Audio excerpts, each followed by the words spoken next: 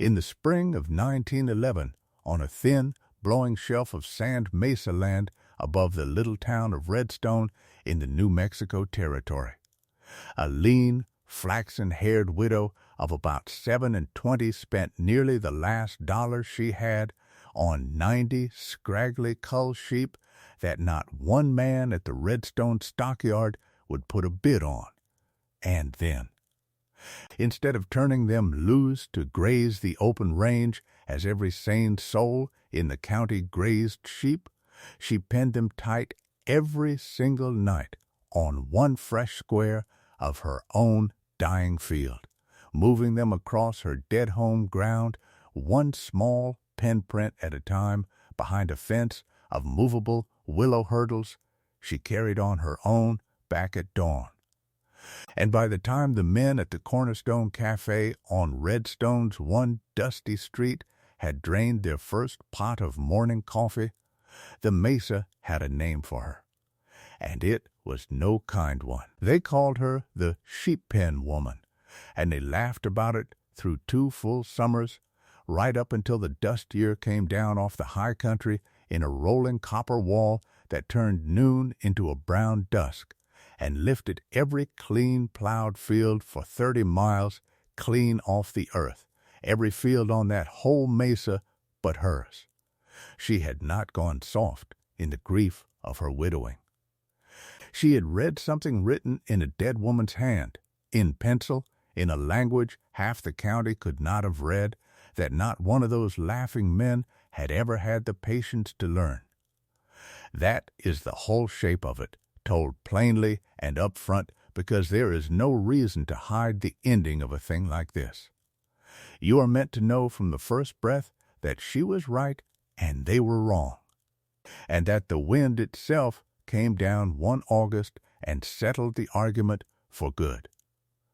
What you are not told, not yet, is the how of it. That is the part the mesa did not understand for 2 long years, the part the land office man could not see when he stood at her fence and called her work a filthy waste, the part that was buried in the diagrams of a shepherd's book carried across an ocean in the bottom of a trunk.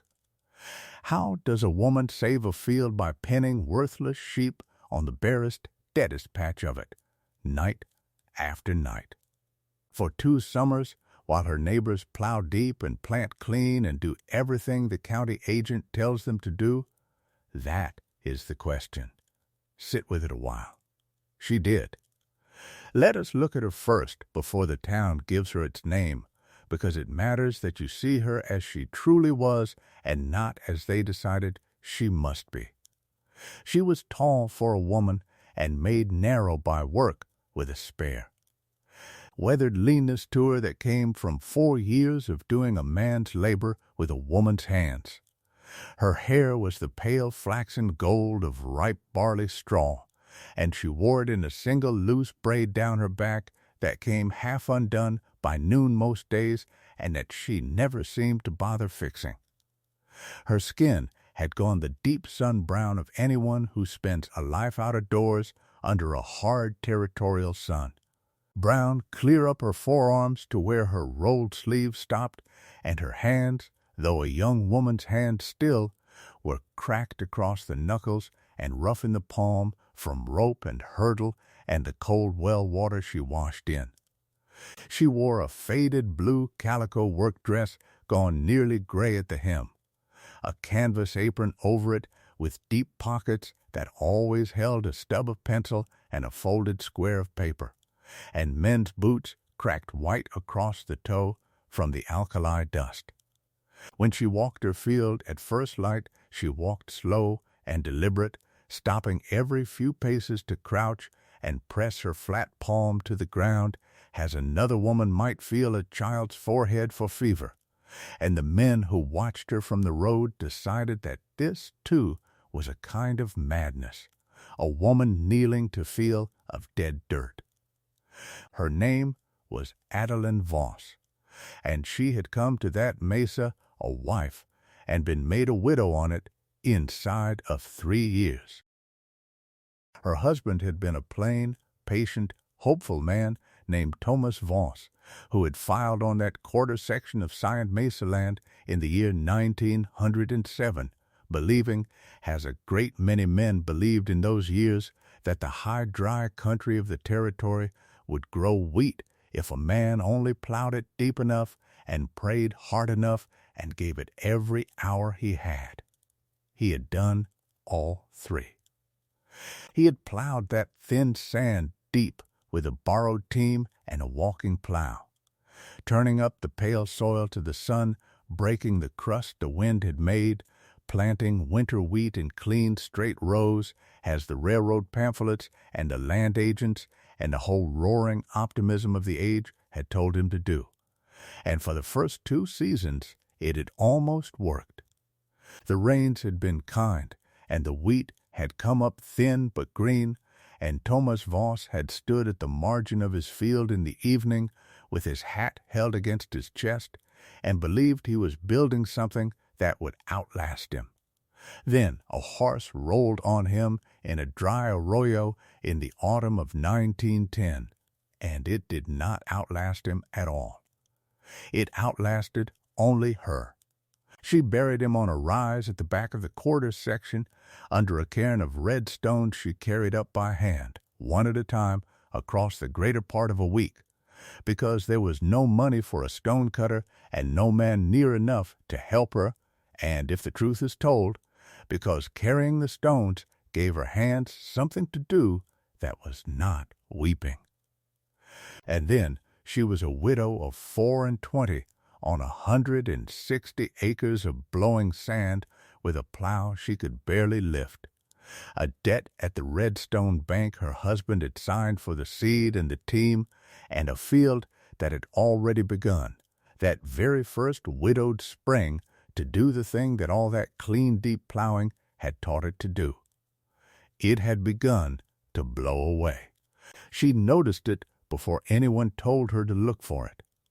That is the thing worth understanding about Adeline Voss from the start. She was a watcher. She noticed things. She saw that where Thomas had plowed the deepest and left the soil the finest and cleanest, the wind came in the long spring afternoons and picked the loose, dry top of it up off the ground in little traveling ribbons of pale grit, and carried it and dropped it in drifts against the fence wire and along the north wall of the soddy, so that some mornings she woke to find a fresh dune of her own field piled soft as flour against her own door. The cleaner the plowing, the worse the blowing. She saw that plainly in her first widowed spring, standing at the door with a dustpan in her hand, though she did not yet have the first idea in the world of what to do about it. The men of Redstone had ideas. They always had ideas, those men, and they were generous with them to a young widow, being the kind of counsel that costs a man nothing. Plow it deeper, Ab Cutright told her over the feed store counter, kindly enough. Your man didn't go down far enough, is all. Break it deep and roll it hard, and it'll hold. Plant it thicker, said another. Then stand lets the wind in between the rows. Summer fallow the whole quarter, said a third. Rest it a year and it'll come back. And more than one of them, not unkindly, told her the last thing. Sell it, ma'am. Go back east to whatever people you came from. This is no country for a woman alone, and it never will be. She listened to all of it with her chin down and her hands folded, and she thanked each of them, because her mother had raised her to thank a man for a kindness, whether it was worth the having or not. I'm obliged to you, was all she ever said. I'll give it thought. And then she went home and did none of it, because she had begun, in the long, empty evenings of that first hard winter, to read her grandmother's book. The book was not much to look at. It was a slim thing, no bigger than a man's spread hand, bound in a soft brown oilcloth gone dark and greasy with handling, its corners rounded off by a lifetime in coat pockets and apron pockets and the bottoms of trunks. It had come across the ocean in the bottom of Adeline's own mother's trunk.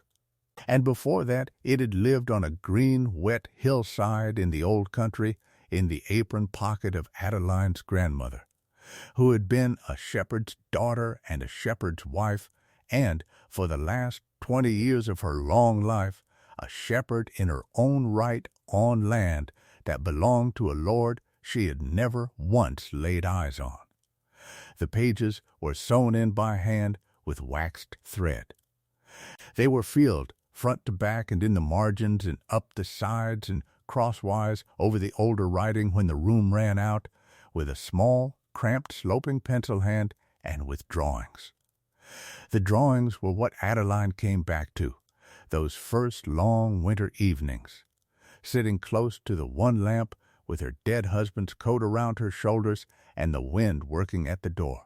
Her grandmother had drawn fields, squares and long strips of field divided by little dashed lines into smaller squares, and in each small square a scatter of tiny four-legged marks that could only be sheep, and around each square a line of short upright strokes that Adeline puzzled over for the best part of a week before she understood, from a word written small beside one of them, that the strokes were hurdles, fences, movable fences, and beside the drawings, in that cramped, sloping hand, in the old country tongue that Adeline's mother had spoken to her as a child, and that she could still read as easily as she could still find her way through a house she had grown up in, her grandmother had set down, over what must have been 40 years. Everything she had learned about the keeping of sheep and the keeping of land,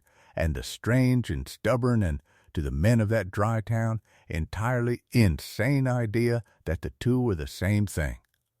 Fold the light land, her grandmother had said on one page, in a line Adeline read so many times that winter she could have said it in her sleep. Fold the light land, do not tear it open. A plow is a knife that cuts the ground and lets the wind in, but a flock is a plow that never cuts. Adeline did not understand it, that first winter, not truly. She understood the words, but the words were only a door, and behind the door lay a whole manner of thinking about the ground that she had to build up in her own mind piece by piece, over months. Out of the fragments the old woman had left, but she understood enough even then to feel the first faint stirring of a thing she had not felt since the horse rolled on Tomas in the arroyo. She felt the beginning of a plan.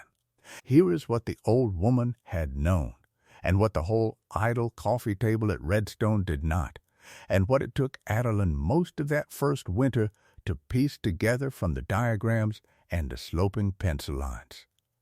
On the thin, poor, hungry soils of that old wet hillside, soils that would grow good grass but would not grow good grain, the shepherds of her grandmother's country had learned.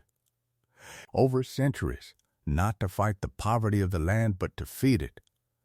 They kept flocks of sheep, and every night they penned those flocks tight, packed close together, on one small square of a field they meant to improve, holding them there with light fences of woven willow and hazel that 4 strong hands could pull up and carry and set down again somewhere new. The sheep grazed the open commons and the rough hill by day, and were walked back at dusk and folded onto that one small square by night, and there they stood, 90 or 100 or 200 of them, shoulder to shoulder, in a space no bigger than a cottage garden, through all the dark hours, treading and dunging and treading again the same small patch of ground. In the morning the fence came up and moved along one square width, and the flock was folded on the next fresh square the following night, and so across a whole field, over a whole season, square by square by square, the flock walked. And everywhere it had stood the night before, the ground was left trodden firm and thick with dung and the trampled remains of the litter the shepherd had scattered under their feet. They called it folding. They had folded the light lands of that country for 1,000 years, and the poor, hungry soils that were folded year upon year grew slowly rich and dark and firm, and grew grain where grain had never grown before, and the shepherds who owned nothing, who did not own even the sheep, some of them, grew barley and wheat on ground their grandfathers had cursed as fit only for gorse and rabbits. There was a name for it in that far country, a bright, proud farmer's name that Adeline's grandmother had entered in the book with a kind of reverence, underlined twice.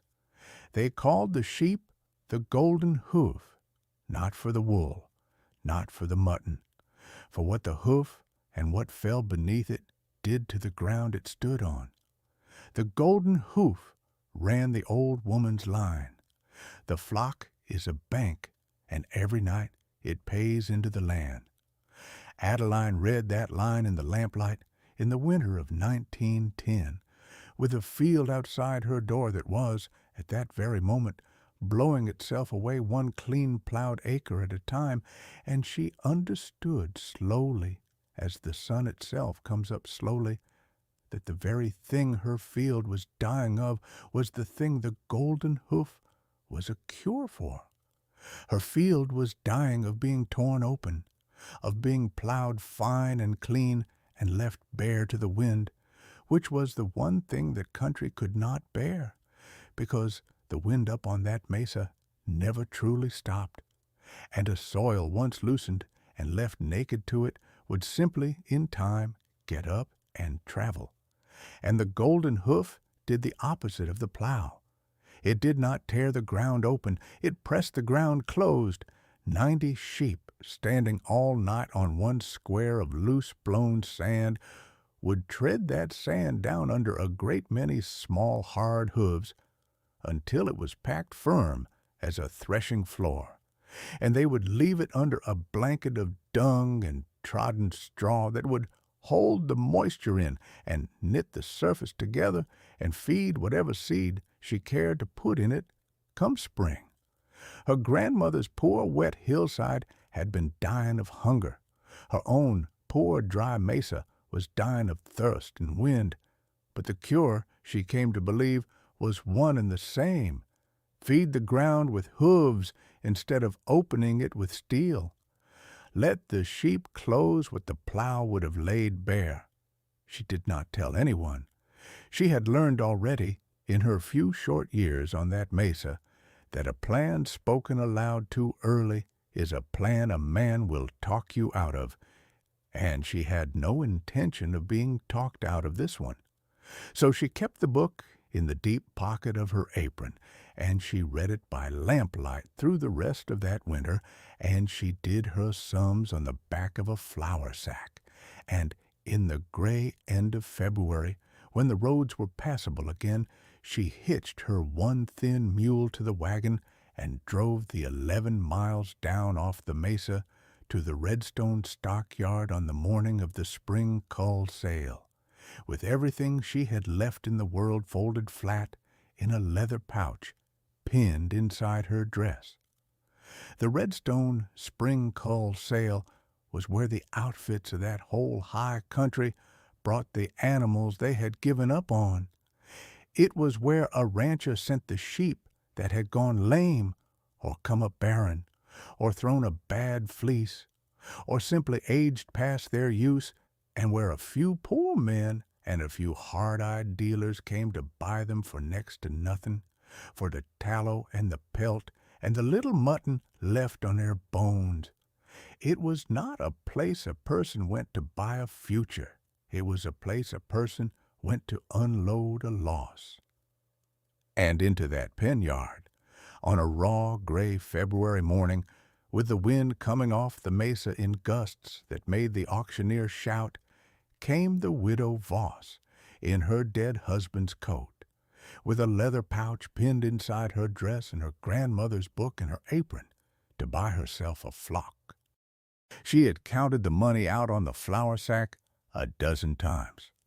When Tomas died, there had been a little over $300 set by against a seed note and the taxes, and by that February, after a winter of getting by, there was $211 left of it, and every one of those dollars had a job already, a hungry mouth of an obligation waiting on it, the bank, the county, the store account at Redstone, the mule's feed, her own. She had decided, sitting up alone with the book, that she would spend 140 of those $211 on sheep and not 1 cent more, and that the rest would have to carry her and the mule and the note through to a harvest she was not at all sure would come. It was a reckless number.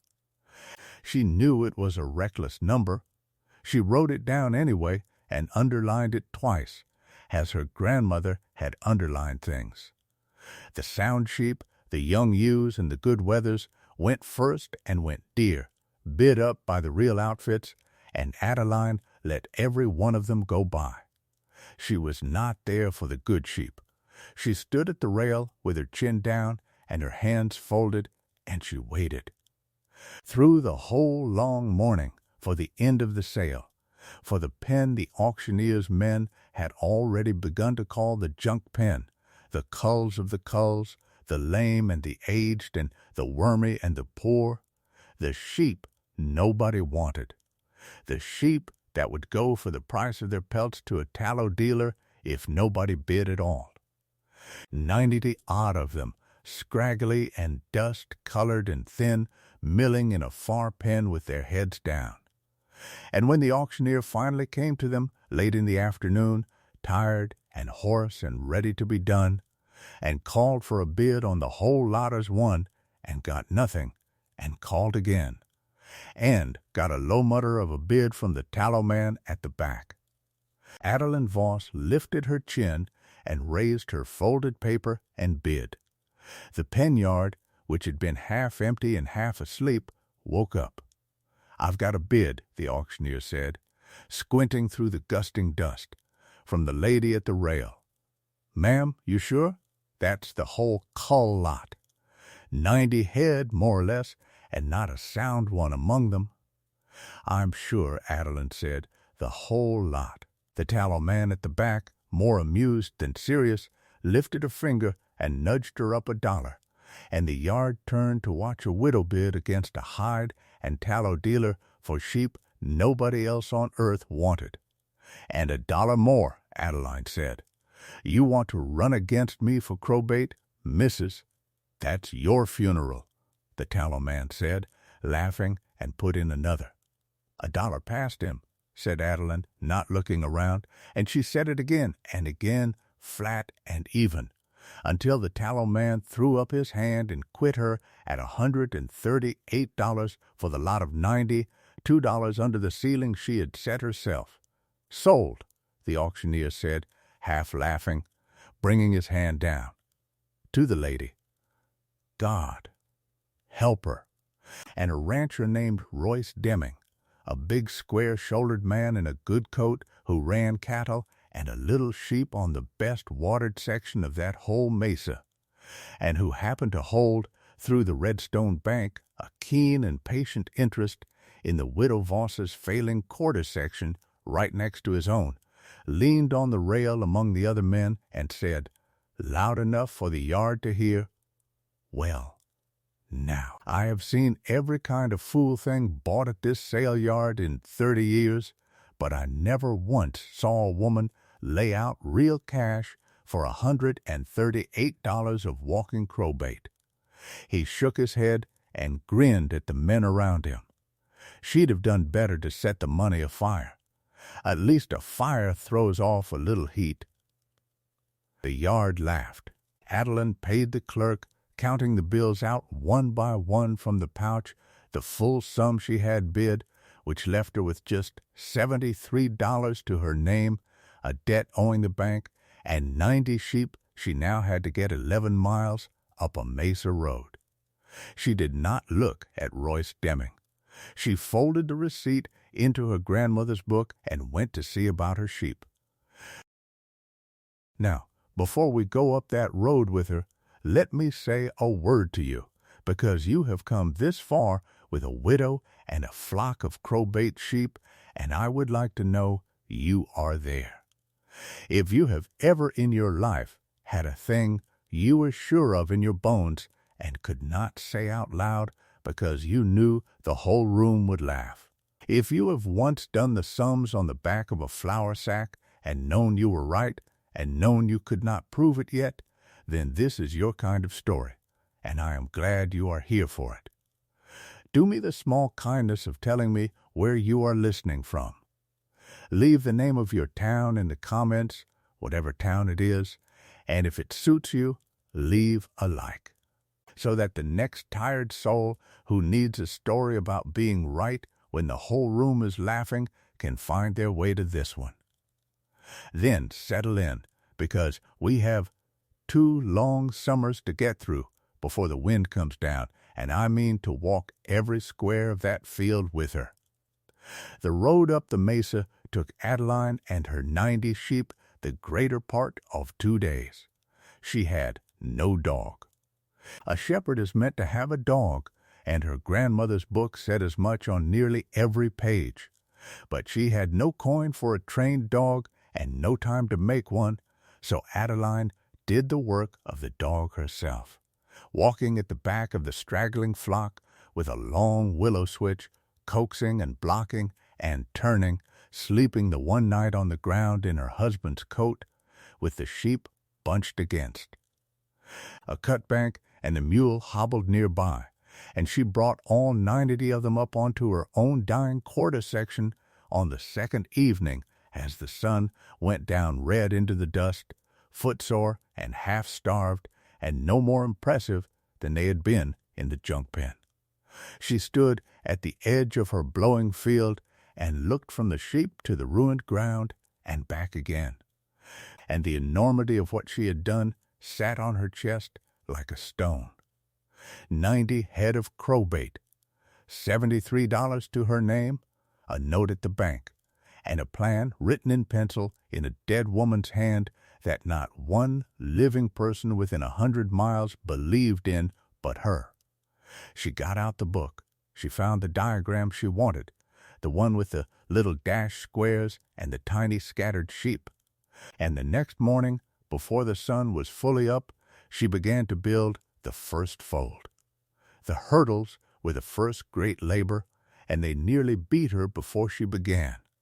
Her grandmother's book showed them plainly enough, light panels of fence, each one about the length of a tall man and about waist high, woven of willow rods and hazel wands, split and worked around upright stakes.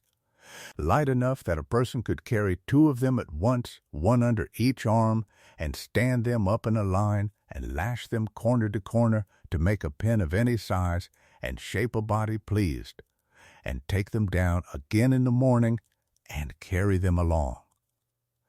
Back on that far hillside, a shepherd bought his hurdles from a hurdle maker, a man who did nothing else his whole life but split and weave them. And they lasted years. Adeline had no hurdle maker. She had a stand of gray willow down along the one seep of water at the low corner of her section, and she had her husband's hatchet and a draw knife and her own 2 hands, and she had a diagram. So through the early spring, in every hour she was not chasing the flock or hauling water or tending the mule, she cut willow and split it and wove it. Sitting on the ground with the rods across her knees, her cracked hands going raw and then calloused, and then raw again, until she had made, 1 panel at a time across 3 hard weeks, enough hurdles to pin 90 sheep on a square of ground about 40 feet on a side. It was not enough hurdles to be grand. It was exactly enough to build 1 fold, and, when the fold moved in the morning, to take up the back line of it and carry it around to the front and make the next square.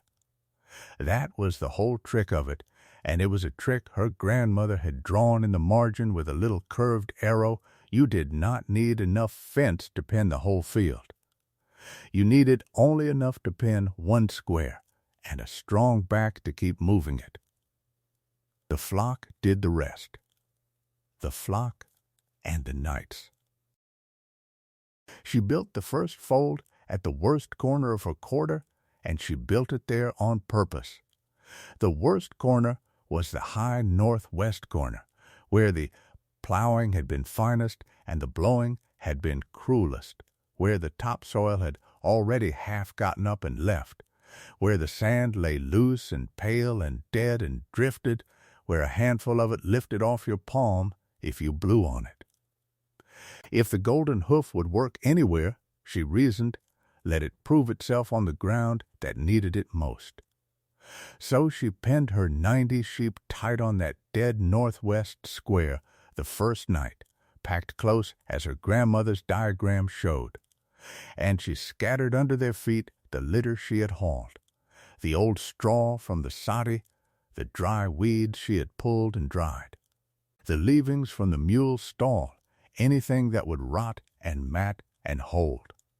And she went into the soddy, and she wrote in the book, by the name of that square, the date, in pencil, exactly as the old shepherd had done before her, and she lay down and listened to the sheep move and mutter through the dark hours on the ground that had been dying. And when the light came, she rose and moved the fence. That was the shape of her days then for a long time. It does not sound like much written down. It was not much, any one day of it. She walked the flock out at dawn onto the open range and the roadside in the rough gullies where there was still a little dry grass and browse to be had, herding them herself in her husband's coat with her willow switch, keeping them moving and fed through the long day, and she walked them home at dusk and folded them onto the fresh square, moving the hurdles around from the back of last night's pen to the front of tonight's 40 feet at a time, marking the square in the book, scattering the litter, and lying down to listen. Day after day. Square after square. She worked the folds in a slow, careful march across the dead northwest quarter of the field first, and it took the 90 of them near on 6 weeks to fold that first blown-out corner. One small square print of trodden, dunged, packed ground laid down each night beside the last. And by the time they had done at the corner, did not look like much different to a man passing on the road. It looked like a widow had let some sheep stand around on her ruined dirt. That is exactly what it looked like. And there lies the whole difficulty of the golden hoof, and the whole reason the mesa laughed. It does its work at night, beneath the hooves, down in the ground, where no man driving past on the road can see it, and it does that work slowly, over seasons. And it shows you nothing at all for a long, long time. The men saw only the standing around, and the men, being men, and being idle over their coffee of a morning at the cafe, made of it a joke.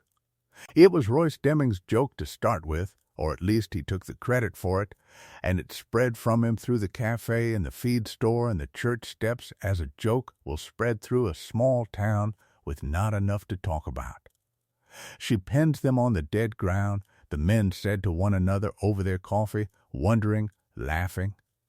Walks them all day, and then pens them all night on the sorriest dirt she's got, like she's punishing the poor beasts for something. She's got sheep and won't even run them proper on the range, said another. Fences the worst patch of blow sand on the whole mesa and stands 90 head of crowbait on it in the dark. What in the name of sense does she reckon it'll do? And somebody, nobody ever quite agreed who, though several claimed it, somebody set down his cup and said, well, there she goes, the sheep pen woman, off to pen her sheep on her dead dirt. And the name stuck, as the cruelest names always stick, because it was short, and it was near enough true, and it made the man who said it feel clever. The sheep pen woman.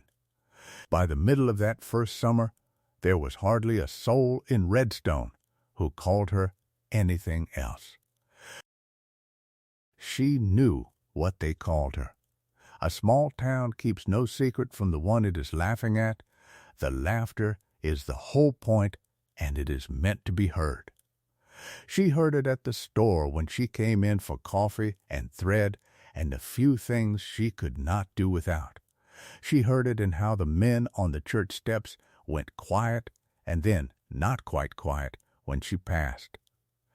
She heard it once, plainly, through the open door of the Cornerstone Cafe on a hot, still morning, a whole table of them going at it, and she stood a moment on the boardwalk outside with her list in her hand and her chin up and let it wash over her, and then she went in and bought her coffee and paid for it and said good morning to every man at that table by name, pleasantly, and went home.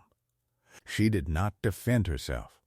She had decided, back in that first winter with the book, that she would not spend a single word defending a thing that could only be proved by the ground itself in its own time. Let the ground answer them. The ground was slow, but the ground did not lie, and the ground could not be laughed out of the truth. But she wrote it all down. That is the thing about Adeline Voss that the men at the cafe never knew. Every night, by the lamp, before she slept, she opened her grandmother's book to a fresh place at the back, and she wrote down what she had done and what she had seen, which square she had folded, how the flock had settled, what the old squares looked like when she walked over them in the morning, whether the wind had lifted the packed ground or left it lying. She was keeping the record her grandmother had kept.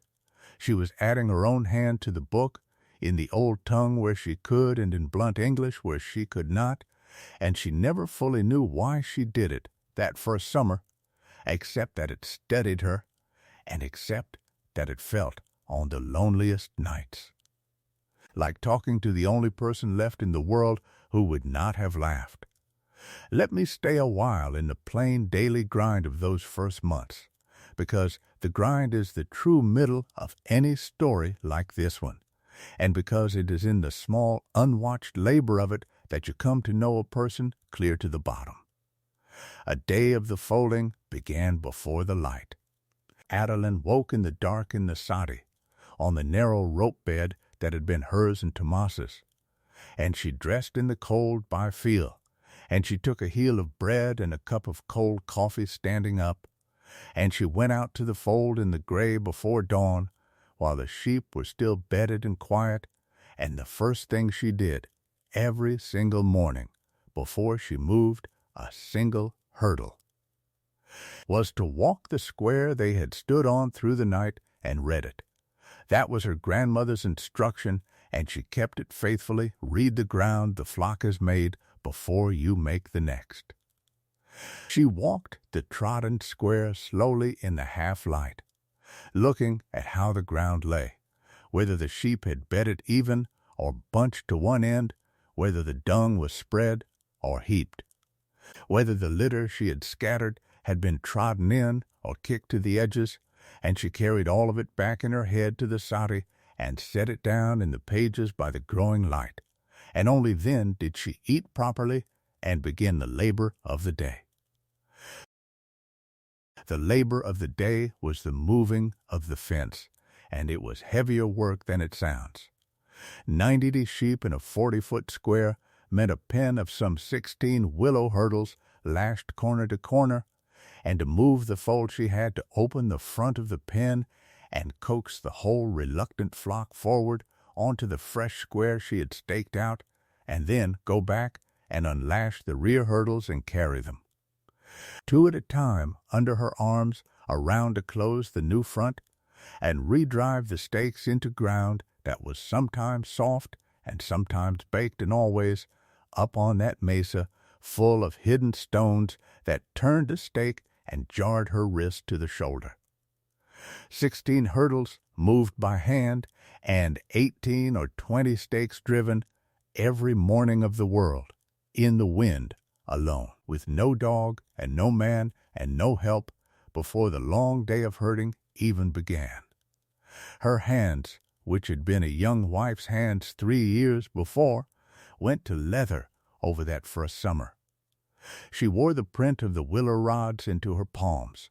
She drove a stake through the web of her own left hand one raw morning and bound it with a strip of her petticoat, and drove the rest of the stakes with the blood coming through the cloth, and set the fold, and walked the flock, and never told a living soul, and wrote in the book that night only the square and the date and the weather, because the book was for the ground and not for her own troubles, and because complaining even to a book was a thing her grandmother had plainly had no use for. Then the herding. With the fold set and the flock let out, she walked them the long day over the open range and the roadside gullies and the rough dry country where there was browse to be had, keeping the whole flock moving and fed and bunched, turning the stragglers, watching for the coyotes that worked the edges of any flock in that country, watching for the poison weeds her grandmother's book had taught her to know and steer around, and doing it all on foot, in her husband's boots, over miles, from full light to the failing of it.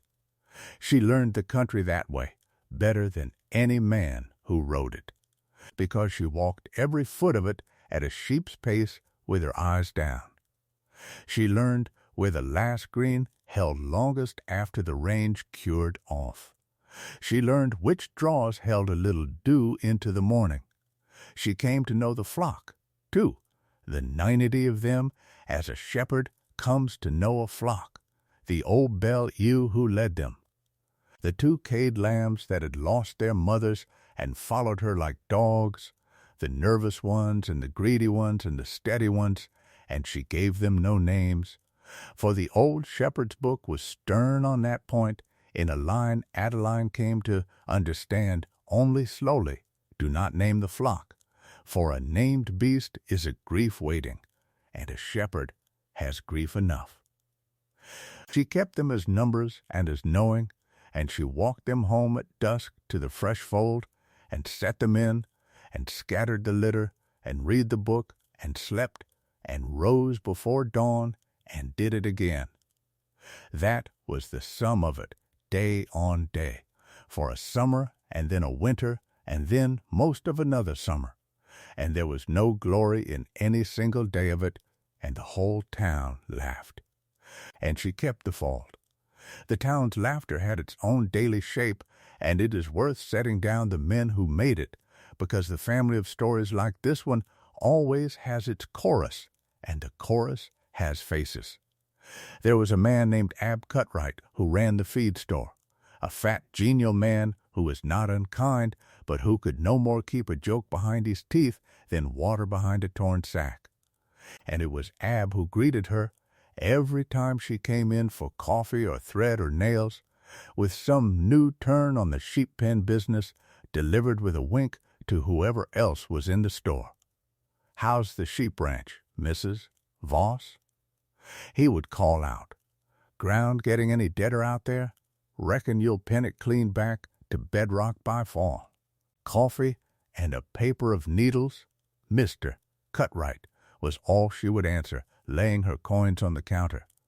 "And I'll thank you for the day when you come out and kneel in it." But the day never came, and Ab only laughed and made her change, being harmless enough as such men go.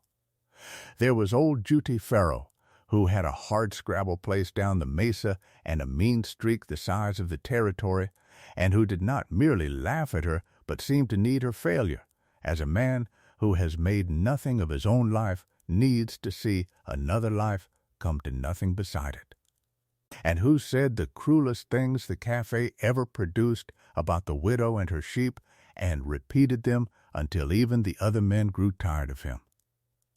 And there was the whole rotating table at the cafe itself, the coffee-drinking morning men, farmers and freighters and the idle, who did not any of them wish her real harm, but who found in the sheep-pen woman a small, free, daily entertainment, a thing to shake their heads over and feel sensible about, and who would have been genuinely surprised, every one of them, to be told that their morning's amusement landed on a real and tired and grieving woman like a handful of thrown gravel every single time she walked past the open door. She bore it the same way every time, which was the only way she had. Chin up, business done. Every man greeted by name and pleasantly, not one word of defense offered, and home. But do not mistake the bearing of it for not feeling it. She felt every bit of it. She wrote around it in the book, never at it.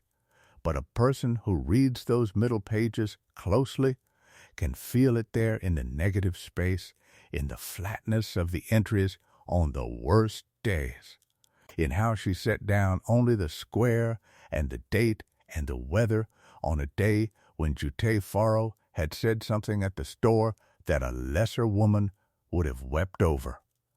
She felt it. She simply refused to let the feeling of it change one single thing she did in the field, because she had understood from the very first the one true thing about her whole situation, that the laughter could not be answered with words. Not ever. Not by the cleverest speech in the world, but only by the ground, in its own slow time. And that every hour she spent stung and defending herself was an hour stolen from the only argument that could ever win. So she gave the laughter nothing, and she gave the ground everything, and she waited.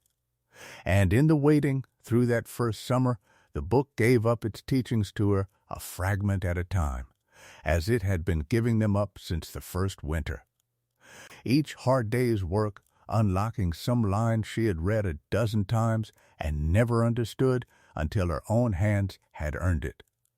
Fold tightest on the porous ground ran one line, and Adeline had not grasped why, until she saw with her own eyes how the dead northwest corner, the worst of the field, drank up the folding and changed fastest, hungriest, most grateful of any part of the ground. Scatter litter under the fold as though bedding a king, said another, and she learned the truth of it the season she ran short of litter, and the bare trodden squares came back slower and poorer than the well-littered ones. The winter fold is worth 2 of the summer.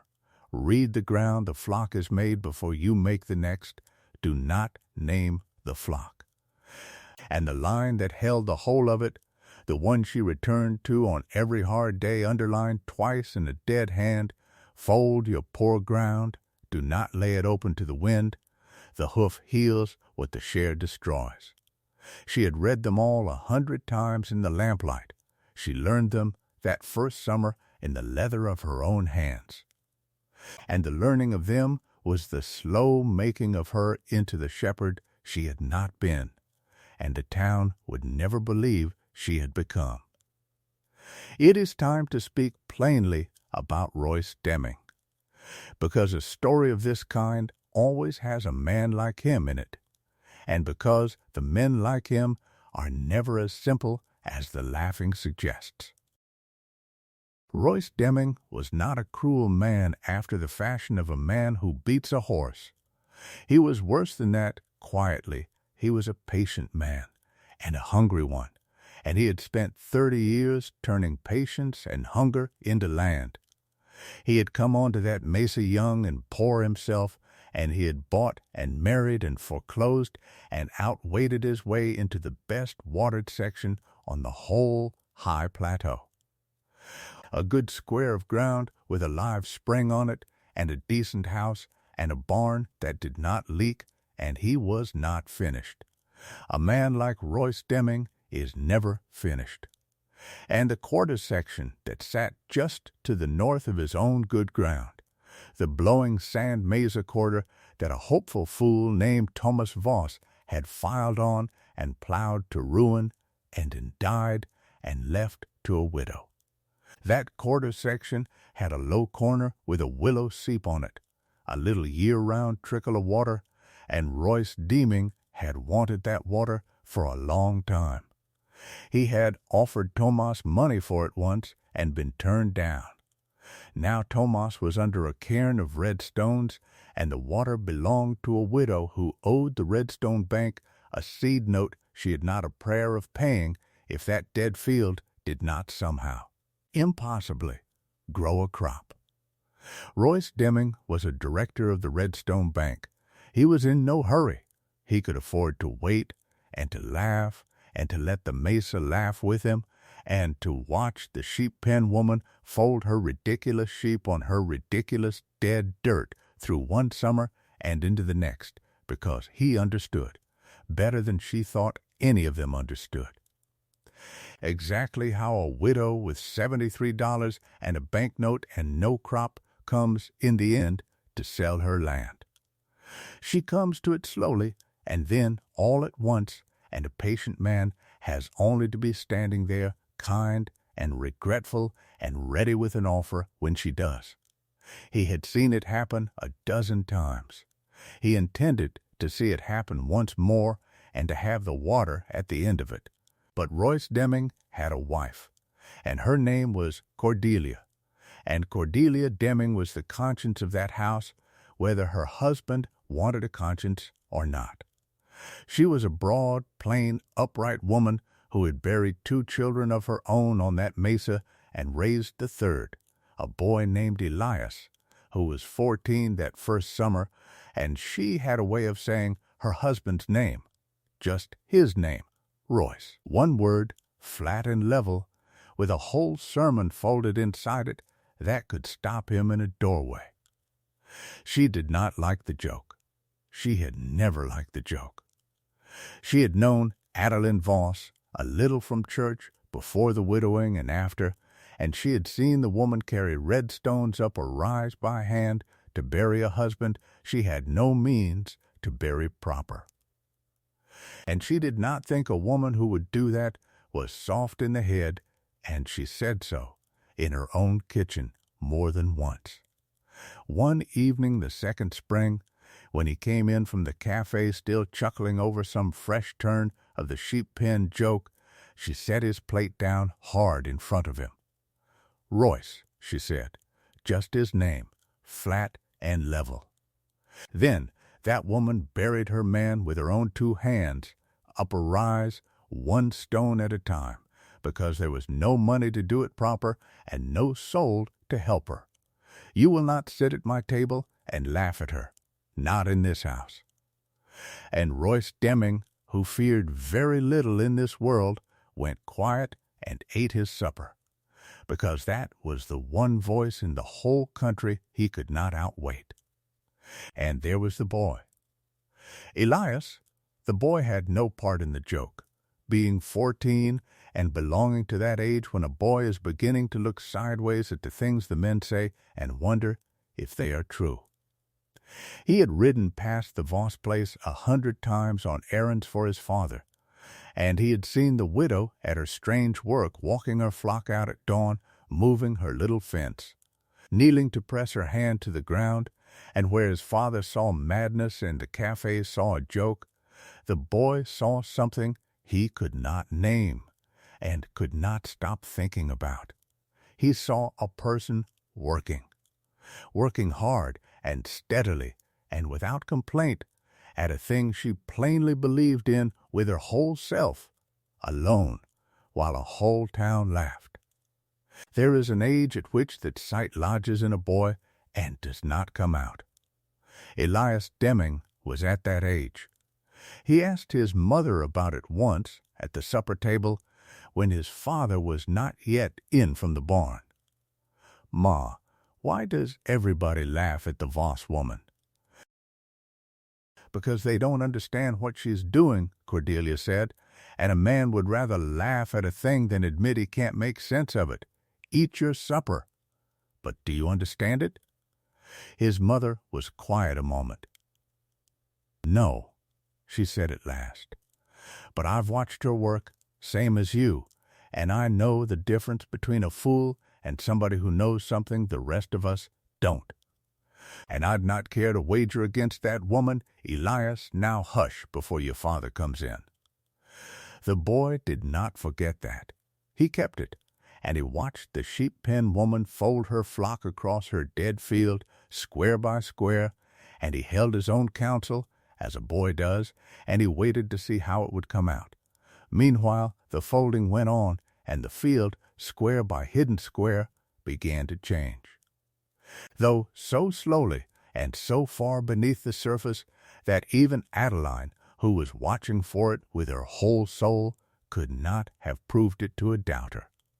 By the end of that first summer she had folded her sheep across the entire blown out northwest corner, the worst of the whole quarter, and she had begun to work the folds down the west side toward the middle. And where the flock had stood earliest, on that first dead corner back in the raw spring, where the ground had been loose, pale, blowing sand you could lift off your palm with a breath, the ground now, in the heat of late summer, lay different under her boot. It lay firm. It did not lift when the wind came across it, and the long afternoons it held. There was a dark crust to it, a matted skin of trodden dung and rotted litter worked down into the top of the sand by 240 small hard hooves over the nights. And when she scratched into it with a fingernail, the sand beneath was no longer bone-dry, but held, even in August, the faintest cool dampness, a moisture the bare plowed ground 20 feet away had lost by 10 in the morning. She knelt on that first folded corner one evening at the close of that season, alone, with the light going gold and long across the mesa, and she laid her open hand against the packed dark ground as she always did, and she felt it hold, and she felt it hold the cool, and she put her face in her hands, and she wept, once hard for about a minute from pure relief, because it was working. It was actually working. The book was true. The golden hoof was real. And then she wiped her face and got up and moved the fence, because there was another square to fold before dark, and there is no crop yet grown from a woman weeping in a field. The first winter between the two summers was long and hard and lean, and it repays us to stay in it a while, because a great deal of what makes a person is made in the seasons when nothing is growing. The flock had to be fed through the cold, and there was little to feed it. Adeline had folded her sheep across a third of her field by the time the range dried up and the snows came, and she had, from her grandmother's book, put by what winter feed she could. She had cut and stacked the coarse hay from the willow seep bottom. She had saved the straw. She had traded 2 of the poorest ewes to a herding family down in the valley for a wagon load of corn fodder and a little cracked corn, so that her flock was 88 now, not 90, and she noted the change in the book with a small pang, because a shepherd comes to know her sheep. She fed them sparingly and walked them out on every open day to glean what the snow-blown range would give, and she folded them, even in winter, even in the cold, on a fresh square whenever the ground was not frozen too hard to drive a stake, for the old woman's book was plain on this point: the winter fold is worth 2 of the summer. The beast stands longer in the long nights and gives more back to the ground.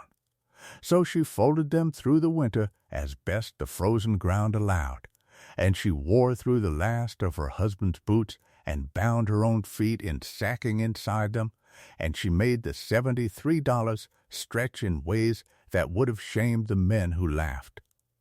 Twice that winter she drove down to the Redstone Bank to ask for time on the seed note. You understand, the note came due at McElmus, the clerk told her the second time, not lifting his eyes from his ledger. The directors have been patient. I'm not sure how much longer they'll care to be. I'll have it after harvest, Adeline said. There's no crop on your quarter, ma'am. The whole town says so. There will be a crop, she said. Tell the directors that. Tell them the widow Voss said there would be a crop, and mark the day I said it. The clerk almost smiled at that, and gave her the time anyway, coldly, with Royce Deming's patient shadow somewhere behind the coldness, because a patient predator is in no hurry to foreclose on a widow who is doing such a fine job of ruining herself. Now, if you have stayed with Adeline through that first hard winter, and I hope you have, I hope you are still here in the lamplight with her and a book and the sound of the sheep in the dark, then you already understand the thing this story is really about, which is not sheep and not sand and not even the wind that is coming. It is about the long, unwitnessed middle of a hard and right decision, the part nobody claps for, the part with no crowd and no vindication, the part that is only work and cold and a quiet knowing. Anyone can be brave in the minute the whole town is watching. It is the winters that take the real spine. If you have ever carried a right decision alone through a long cold season when there was no one to tell you that you were not a fool, then you and Adeline Voss are the same kind of person, and I am glad you are walking this field with her. Stay with us. The wind is coming, but it is not here yet. And there is a second summer to get through first. And it is in that second summer that the story comes the closest it ever comes to ending badly. Because the second summer was the summer the doubt got into her. The first summer she had been carried by the newness of it, by the discovery of the book, by the fierce, clean anger of a widow with a plan. But the second summer was only more of the same. More walking, more folding, more moving the fence 40 feet at a dawn, more of the cafe's laughter, more of the note at the bank, and it is a strange and terrible thing about hard right work that the second year of it is harder than the first, because the first year you are proving it can be done, and the second year you have only to keep doing it, and there is no glory in keeping on. The folded corner lay dark and firm underfoot and held its moisture. Yes, she knew that. She could kneel and feel it. But it was still only firm, dark dirt. It had not grown anything yet. She had not dared plant it yet, for the book warned against planting a folded strip too soon, before the ground had settled and mellowed through a full season. And Adeline held to the book even when holding to it meant another year of showing the mesa nothing but dirt.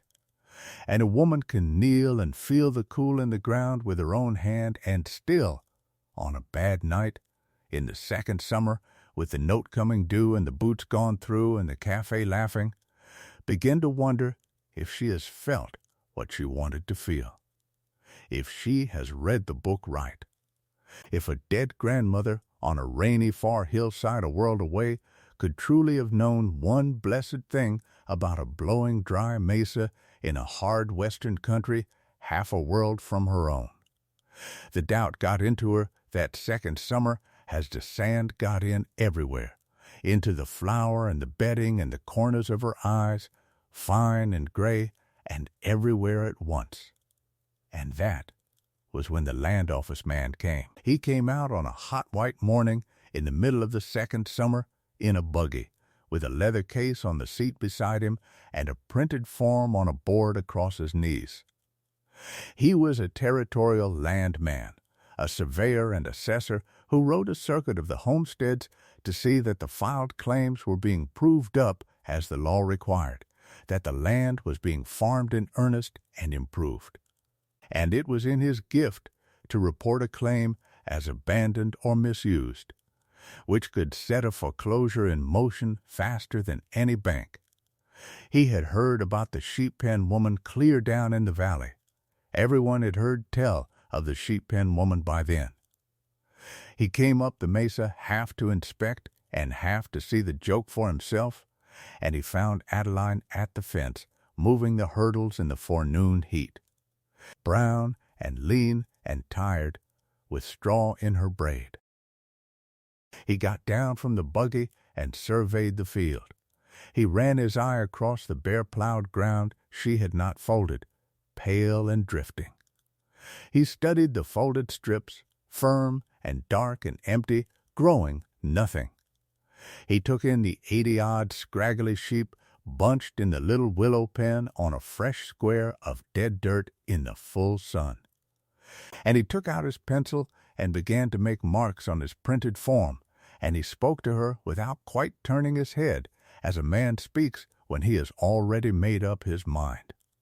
"You're the widow Voss," he said. "This is the Voss claim." "It is," she said. "You filed to prove up this quarter as wheat ground. Grain, that was the filing. He tapped the form. I don't see any wheat." "No," Adeline said. "Not this year. Not last year either, from what they tell me in town." He walked a little way along the fence, looking at the folded strips, and he shook his head slowly. "What I see," he said, "is a woman who has taken good arable ground that a man broke and plowed for wheat and turned it into a sheep yard. A filthy waste is what I'd call it in my report. You've got the sorriest flock I've laid eyes on standing on ruined dirt, dunging it and treading it into hardpan, and you've grown nothing on the whole quarter in 2 years. That's not proving up a claim. That's letting it go to ruin under cover of doing something." He looked at her then, not unkindly, which was almost worse. "I'll speak plain with you, ma'am. I don't know what you think this accomplishes. Penning good mutton on dead land. There's no husbandry in it that I ever heard of. You'd have done better to run them on the range and sell the wool and pay your note like a sensible person." Adeline stood with her hand on the willow hurdle and felt the whole 2 years pressed down on her at once. And she came, in that moment, closer to weeping in front of a man than she had come since the funeral, and she held it back. When she spoke it, it was quiet and level.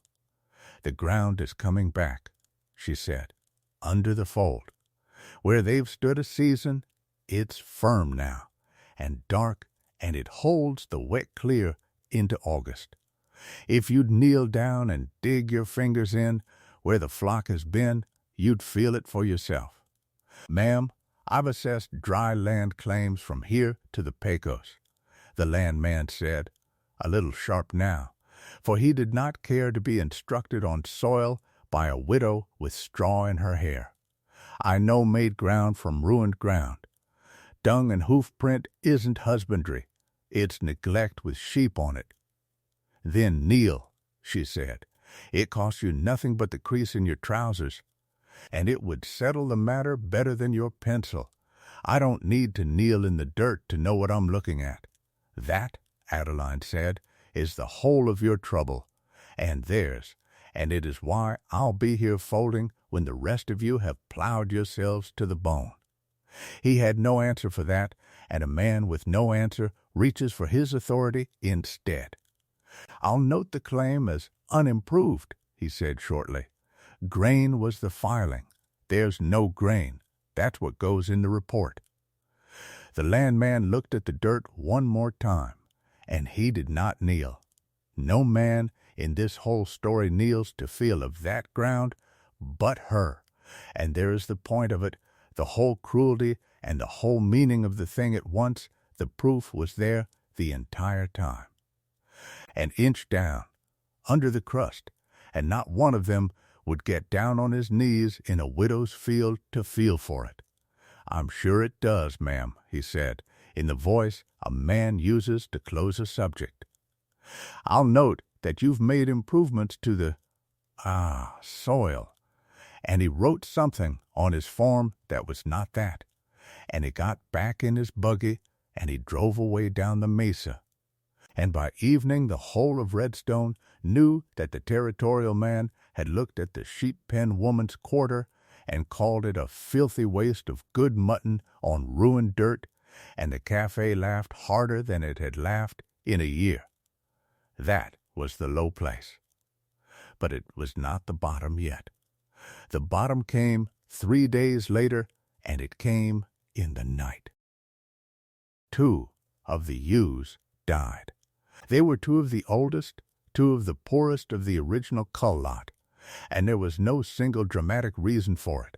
A bad summer, thin feed, age, the long walk of the folding, a touch of something in the gut that a shepherd with a dog and a proper shed and money for a bottle of drench might have caught in time, and that a widow, doing the work of 3 people alone, could not. She found them at dawn in the fold, stiff on the trodden ground, and she stood over them a long while in the gray light, and something in her that had held for 2 years came very close to letting go. 86 sheep now. She had counted them down without meaning to, all that lean way, 90 at the sale, 88 after the winter trade, and now, this gray morning, 86. And standing over the 2 dead ewes with the note coming due and the landman's report already written against her, and the whole town laughing, Adeline Voss thought, for the first time, in plain and finished words, I could sell. And as if the thought had a smell that carried on the wind, Royce Deming came the very next day. He came kind. That was his gift and his weapon, both. He came up the mesa in his good coat, with his hat in his hand, and real sorrow on his broad face, and he leaned on her gate. I heard about your ewes, he said, and about the landman's report. I'm sorry for it, Mrs. Voss, truly I am. A joke's one thing among idle men at a cafe. A woman's whole living is another, and I didn't come up here to laugh. Then why did you come, Mr. Deming? Because I'm your neighbor, he said, and a neighbor doesn't stand by and watch a widow work herself into an early grave over ground that won't answer no matter what she does to it. He turned his hat slowly in his big hands. I'll buy the quarter off you. A fair price, more than fair. A kind price, with the water counted in and no haggling over it. You pay off the note and the taxes, and you'll have a little left besides. Enough to go back east to your people if you've a mind to, or take a clean room in town and stop breaking your back out here. Put the whole hard business behind you. Let an old man who's got land enough already take one more worthless quarter off your hands as a favor between neighbors. He said it all gently, looking down at his hat, and it was, God forgive him, the most dangerous thing anyone said to her in those 2 years, because every word of it was kind, and every syllable of it was reasonable, and all of it together was a lie shaped like a rescue, and she was so tired, she almost said yes. Let it be told plainly, because the story is worth nothing if she is never allowed to be human. Adeline Voss stood at her fence with 2 ewes dead and a report against her and a note she could not pay and a kind, rich man offering her a soft way out. And the word yes came up whole into her mouth. She could feel the shape of it on her tongue. Yes, take it. I am so tired. What she said was, I'll think on it, Mr. Deming. Thank you for the kindness. I'll think on it and send word. And Royce Deming, who knew better than to push a fish that has taken the hook, said, of course, take your time. There was no hurry in the world, and he put his hat back on and got in his buggy and drove home well pleased. Because he had seen that word yes come up into 100 throats over 30 years, and he knew the taste of a thing that was nearly done. That night Adeline did not sleep. She sat up alone with the lamp and the open book, and the 2 dead ewes buried, and the sheep muttering out in the fold, and she read her grandmother's cramped sloping hand by the low light, page after page. All the pages she had read 100 times, looking for she did not know what, permission to quit, maybe, or permission to go on. And near the back, in among the diagrams of the folds, in a line she had read before and never truly heard, her grandmother had written, "The ground answers slow." The ground answers slower than a person can bear, but the ground has never once failed to answer a fold kept faithful. Keep the fold. The wind will come, and the ground will speak, and you will not be laughing then, and neither will they. Adeline read that line by the lamp in the deepest dark of that second summer, with the word yes still lying in her mouth like a stone, and she took her own pencil, and under her grandmother's line she wrote, in her own plain hand, the date and 3 words, one more dawn. Then she blew out the lamp, and at first light she rose and carried the hurdles to the next square, and she did not send word to Royce Deming, then or ever. After the night she wrote, one more dawn, something in Adeline settled and hardened, as a folded strip settles and hardens under a season of nights. She had looked square at the escape and closed the door on it with her own hand. And a decision made twice, once at the beginning and once at the very bottom, is a stronger thing than a decision made only once. She stopped that late second summer listening for the laughter. It was still there.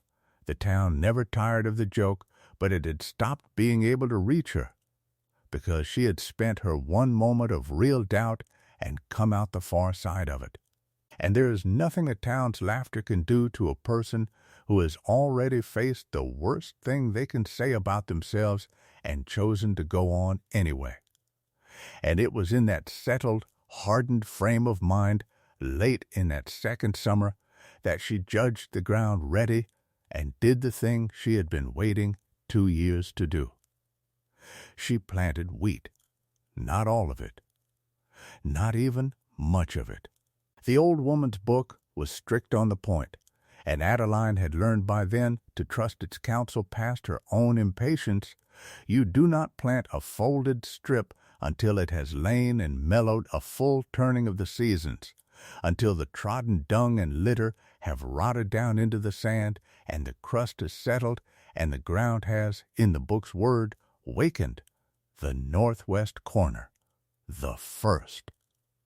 Worst corner, the dead blown-out patch she had folded first, back in the raw beginning of that first spring, had lain folded and mellowing for a full year and more now. It was ready. Her grandmother's hand said it was ready, and Adeline's own flat palm, pressed to it, said the same, firm, dark, cool an inch down, even in the August heat. Crumbling soft and moist between her fingers, where a year and a half before it had lifted off her palm as dry, pale grit. So on that first folded corner, and nowhere else, Adeline Voss drilled in a narrow land of hard red winter wheat by hand, walking the strip and casting the seed the old way and raking it in shallow, in the early autumn of that second year. And she watered that strip once from the willow seep by hauling barrels in the mule cart, and then she left it to the mercy of a country that had not given a decent rain in a long time, and she folded her sheep onward across the rest of the field, and she waited. She was not the only one planting that autumn. This is the part that matters. All across that mesa, on Royce Deming's good section, and on a dozen other homesteads besides, the men were planting too. Planting winter wheat as they always planted it, and as the land agents and the railroad pamphlets and the whole confident age had taught them to plant it. They plowed deep, first breaking the crust the summer had made, harrowing the ground fine and clean and level so that a planted field lay smooth and pale and bare and beautiful as a swept floor from fence to fence, not a weed on it, not a clod, the finest clean tilth a proud farmer could show. And into that fine, clean, bare ground they drilled their wheat and rolled it and stood back and admired it, mile upon mile of it across the high mesa. Pale and smooth and open to the sky. It was good farming, It was the best farming anyone knew. It was exactly what a careful, capable, sensible man was supposed to do, and there was not one thing wrong with it except the one thing nobody up there had ever had cause to learn, which was that a fine, clean, bare plowed field, up on a high, dry mesa where the wind never truly stopped, is not a field at all. It is a loaded gun pointed at the sky, waiting only for the year the rains fail and the wind gets up to fire. That year had been a long while coming. The old-timers, the few real old-timers who had been on that country since before the plows came, had felt it coming as a person with an old brake feels the weather in the bone. The rains had been thinning for 3 seasons. The stock tanks were low. The grama grass on the open range had cured off early and gray. There was a dryness in the air that summer and into the fall that dried the lips and cracked the wagon spokes and lay a fine pale dust over everything, and the wind, which always blew on that mesa, began to blow with a new dry edge to it, a copper taste, that the old-timers did not like at all. But the young confident men with the fine clean fields did not read the wind. They read the pamphlets. They had broken and harrowed and drilled and rolled that entire plateau into the smoothest, cleanest, barest, most beautiful, and most defenseless sea of loose-dry topsoil that country had ever seen, and they waited for their wheat to come up green, and they laughed when they thought of it at all, about the sheep-pen woman and her one little corner of dunged dirt. Winter came thin and dry and mean. The wheat came up poorly everywhere, thin and pale and struggling for want of rain on the fine clean fields and on Adeline's one folded corner alike, though hers, on the folded ground, came up a shade stronger and a shade greener and held its color a shade longer into the dry, because the folded crust beneath it was holding what little moisture the sky gave as a dry sponge holds a spoonful of. Water, while the fine loose plowed ground let its moisture wick up and blow off and vanish into that copper wind. But it was a small difference. That winter, and only Adeline was watching for it, kneeling in her corner in the cold to feel the ground and check the color, writing it all down in its pages by the lamp. To anyone on the road it was just a bad dry winter and a thin wheat crop everywhere, hers no better than the rest, and the mesa, cold and hungry and looking for someone to blame the dryness on, had no laughter to spare that winter for anyone. Then the spring came, the third spring. The spring of the dust year, and the rains did not come with it.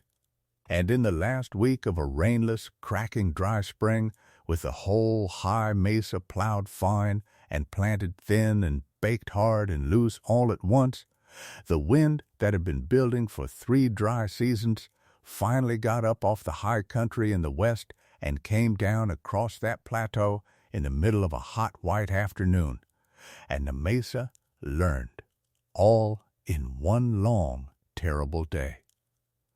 What the sheep-pen woman had been doing for 2 years in the dark.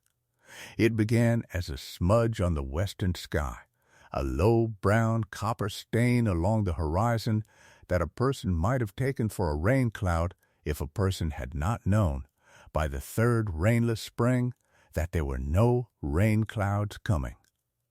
The old-timers knew what it was the moment they saw it. They had seen the little ones, the summer dusters that lift a field and drop it a mile on. This was not a little one. This was the thing the 3 dry years had been building toward, and it came on across the mesa, not fast exactly, but unstoppably. As a tide comes in, a rolling wall of the mesa's own soil lifted whole into the sky, hundreds of feet high. A churning brown-red mountain of moving dirt that swallowed the sun as it came, so that the afternoon went first yellow, then copper, then a strange brown dusk, and the birds went quiet, and the stock bawled and ran, and the temperature dropped, and the wind ahead of it kicked up in hard, hot gusts. And then the wall was on them. It was not one field's worth of soil. That is the thing to understand about the dust here. It was every field's worth. It was the whole high mesa's clean plowed topsoil, mile upon smooth, bare mile of it, all that fine, harrowed, defenseless tilth the confident men had made, lifting off the ground all at once as the great wind took it, so that the ear itself became the fields flying. The top 4 inches of 100 homesteads' hopes rising up into a brown wall that blotted the sun and rattled against the windows and sifted through every crack and buried the fence wire and drifted against the north walls of the houses in dunes of soft, pale grit, the same grit, exactly the same grit, that had drifted against Adeline's own door in her first widowed spring. Only now it was drifting against every door for 30 miles, because every field on that mesa was doing at last, all together, on one terrible afternoon, the thing that clean deep plowing had taught it to do. It was blowing away. Adeline rode it out in the soddy with wet cloths over her face and over the cracks of the door, listening to the roar of it, feeling the little house shudder. And she gave no thought, that afternoon, to vindication or the cafe or Royce Deming or being right. She thought about her sheep, penned in the willow fold out in the brown dark, and she prayed for them, and she wept a little, not for triumph, but for terror, because a wall of the sky coming down is a terrible thing, whether you saw it coming or not. The storm blew the rest of that afternoon and into the night, and toward morning it slackened, and by the gray dawn it had blown itself out and moved on east to bury some other county, and the wind fell, and a strange dead stillness came down over the mesa, and the sun came up on a changed world. Now, here is where the story turns, and here is how it must be told. Because the Golden Hoof did not vindicate Adeline Voss by her standing up in the cafe and telling the men what fools they were.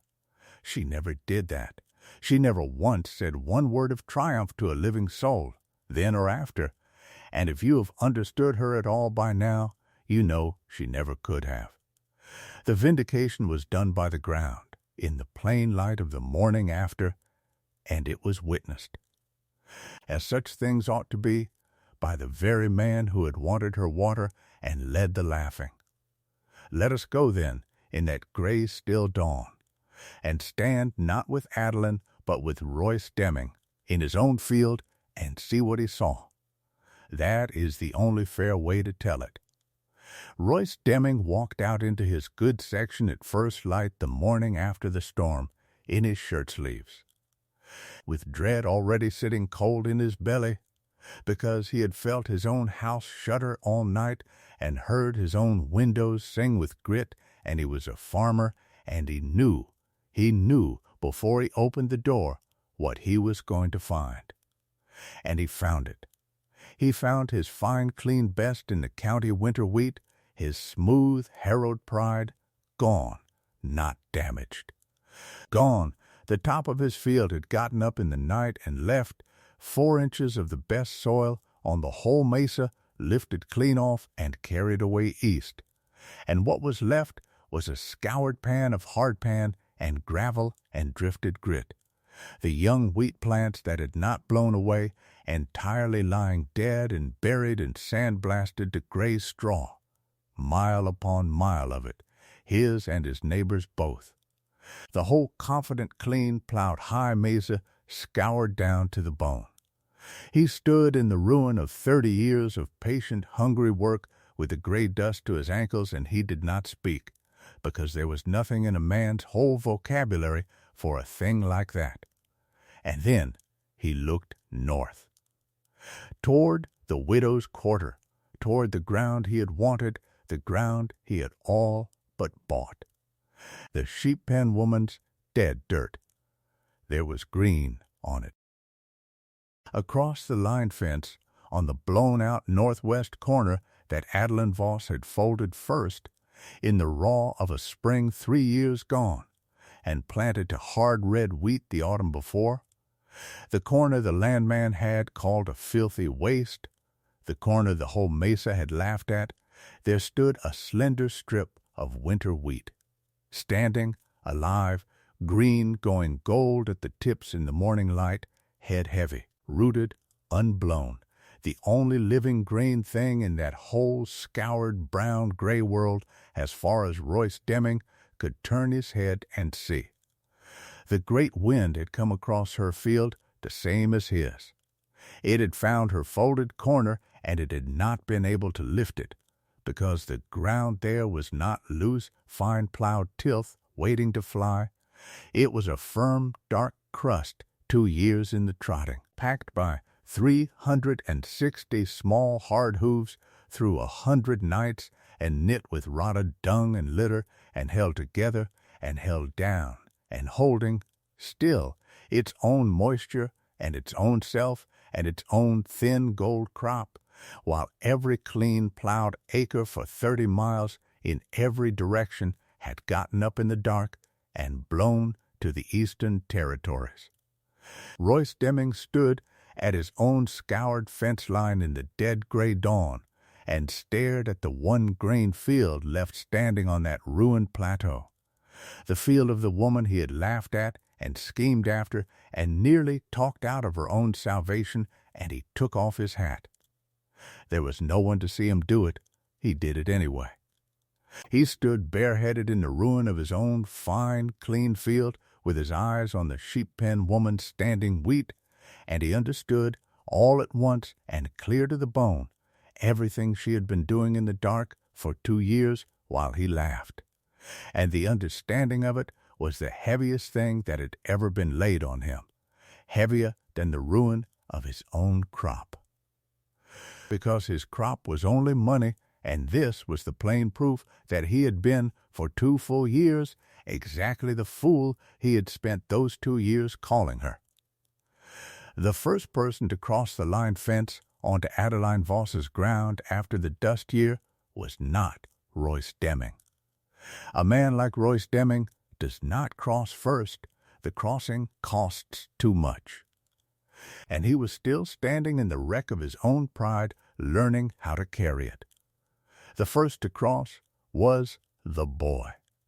Elias Deming was 16 by then, tall and gangling and gone quiet as a boy goes quiet when he has been chewing hard on a thing for 2 whole years, and on the second morning after the storm, while his father still stood dazed among the ruined fields, the boy saddled his horse before anyone was up and rode north along the scoured line fence to the widow's gate, and got down and took off his hat and stood holding it against his chest until Adeline came out from the soddy and saw him there. She knew him for a Deming. She waited. "Ma'am," the boy said, and his voice broke on it, and he pushed through. "My father didn't send me. He doesn't know I'm here. I came on my own." He looked past her at the narrow standing land of gold wheat, the only wheat left alive in the world, and then back at her, and the whole of what he had been thinking for 2 years came out of him in a rush. "I've watched you," he said, "since I was 14. I watched you move that fence every morning, and I didn't understand it, and I couldn't stop looking at it. And now," he gestured helplessly at the green, at the ruin behind him, at the whole scoured mesa. "Now I have to know. I have to know how you did it. Will you teach me? I'll work for nothing.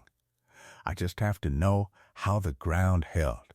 And Adeline Voss, who had not defended herself with a single word for 2 years, who had let the ground do all her arguing, looked at this boy standing hat in hand in her ruined neighbor's stead, asking not for the land, and not to gloat, and not for anything but to be taught, and something in her that had been held clenched tight for 2 years, since before the funeral even, came slowly open. She did not smile in triumph. There was no triumph in her face at all. There was only a great tiredness, and under the tiredness, coming up slow, the first ease she had felt in 3 years. "Put your horse in the shade," she said, "and bring me that book off the table inside the door. I'll show you." And she taught him. She taught him plainly and without hurry, as her grandmother had taught, as the book itself taught, and because the teaching of it to the boy is also the telling of it to you, and because the final withholding of this whole story has been the how of it, let it be set down now, entire, in her own plain words, exactly as she gave it to Elias Deming on the ruined mesa that broken spring. She took him first to the oldest folded corner, the standing wheat, and she had him kneel. He knelt where no grown man in the story ever would, and dig his fingers into the ground at the edge of the wheat. "Tell me what you feel," she said. "It's firm," the boy said, working his fingers in. "Firm, but it gives, and it's dark, and it's cool. Cool and a little damp, ma'am, even now, even in the drought." He looked up at her, wondering. "Yes," she said. Then she walked him 20 feet to the bare scoured plow pan just over the fence on his father's ruined side. Now dig into that. He could not. It was baked hard and dry as a fired brick, dead clear through, and his fingers would not go into it at all. "Yes," she said again. "That too. Now I'll tell you why." And she told him, in her plain flat voice, the whole of it, the thing her grandmother had known and the men had not. "A plow is a knife," she said. "When you break this light, dry mesa deep and harrow it fine and leave it bare, you cut the ground open and lift it loose and hand it up to the wind, and the wind in a country like this one will always, in the end, come and take whatever you have loosened. That is not a man farming wrong. That is good farming, careful farming. That is only wrong for this ground, because this ground was never made to be cut open and left naked under that sky." She crouched beside him at the wheat. "But sheep are a plow of a different kind, one that leaves the ground whole. Pen sheep tight on one patch, night on night, and they do 3 things at once, and every one of the 3 is a thing this land is starving for. They tread. 360 little hard hooves pack the loose-blown sand down firm through the long, dark night after night, till it lies tight as a threshing floor, and the wind cannot get a purchase on it. They dung. Every night they lay their manure down on the one square, and it rots into the sand and feeds it and darkens it and gives it a body it never had.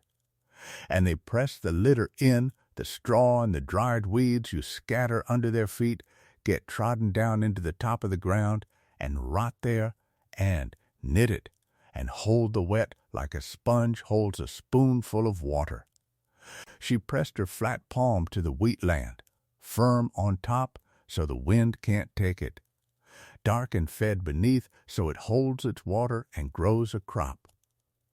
You do it 1 square at a time, moving the fence, because you have only so many sheep and only so many nights. And you keep it faithful across the whole field over years and slow, down beneath the hooves where no man on the road can see. The dead land comes back to life from the top down. That is all it is, Elias. There's no witchcraft in it. It's patience and sheep and a book, and the willingness to be laughed at for as long as the ground takes to answer. They call it the golden hoof in the country my grandmother learned it in, not for the wool, for what the hoof leaves behind.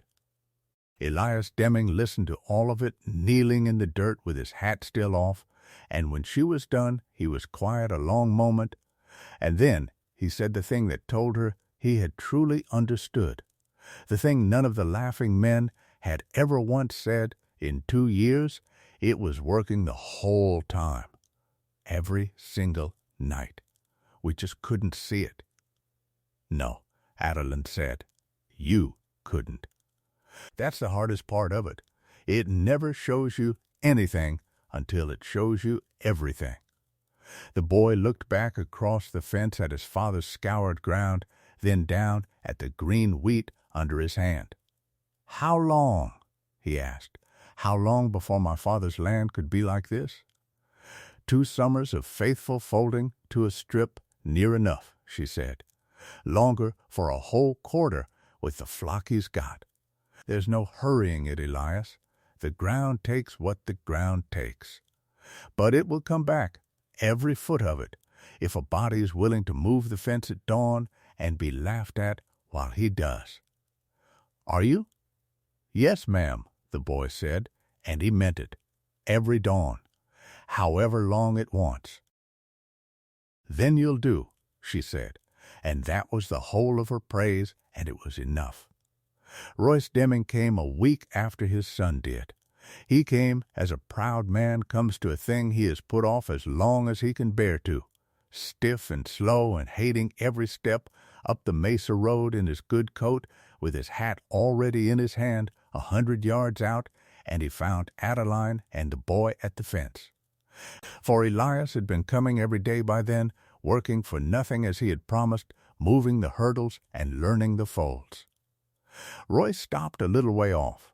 He took in his son, kneeling on the widow's ground, with dirt on his knees and a light in his face his father had not seen there in 2 years. He gazed a long moment at the standing gold wheat, the only crop left alive on the whole scoured mesa. And then he turned to Adeline Voss, and he said the hardest words he had ever said in his life, and he said them plainly, without excuse, which was the one grace left in him. I came to say I was wrong, Royce Deming said. I led the laughing. I called your work a waste at my own table, and I said worse than that at the cafe. And I wanted your water. And I came up here 2 summers ago and tried to talk you off your own land while you were down, and I dressed it up as kindness, and it was not kindness. It was greed with a hat on. I was wrong, ma'am. I was wrong the whole time, and I was wrong for 2 years, and I have got no excuse for it except that I could not see what I would not kneel down to look at. He turned his hat in his hands. My boy tells me you're teaching him. I've got no right to ask you anything. But if you teach the rest of us this whole mesa is scoured to the pan and there's not a family up here that isn't ruined, mine worst of all by rights, if you'd show us how you did it before we all starve out or sell out, I'd count it more than I deserve.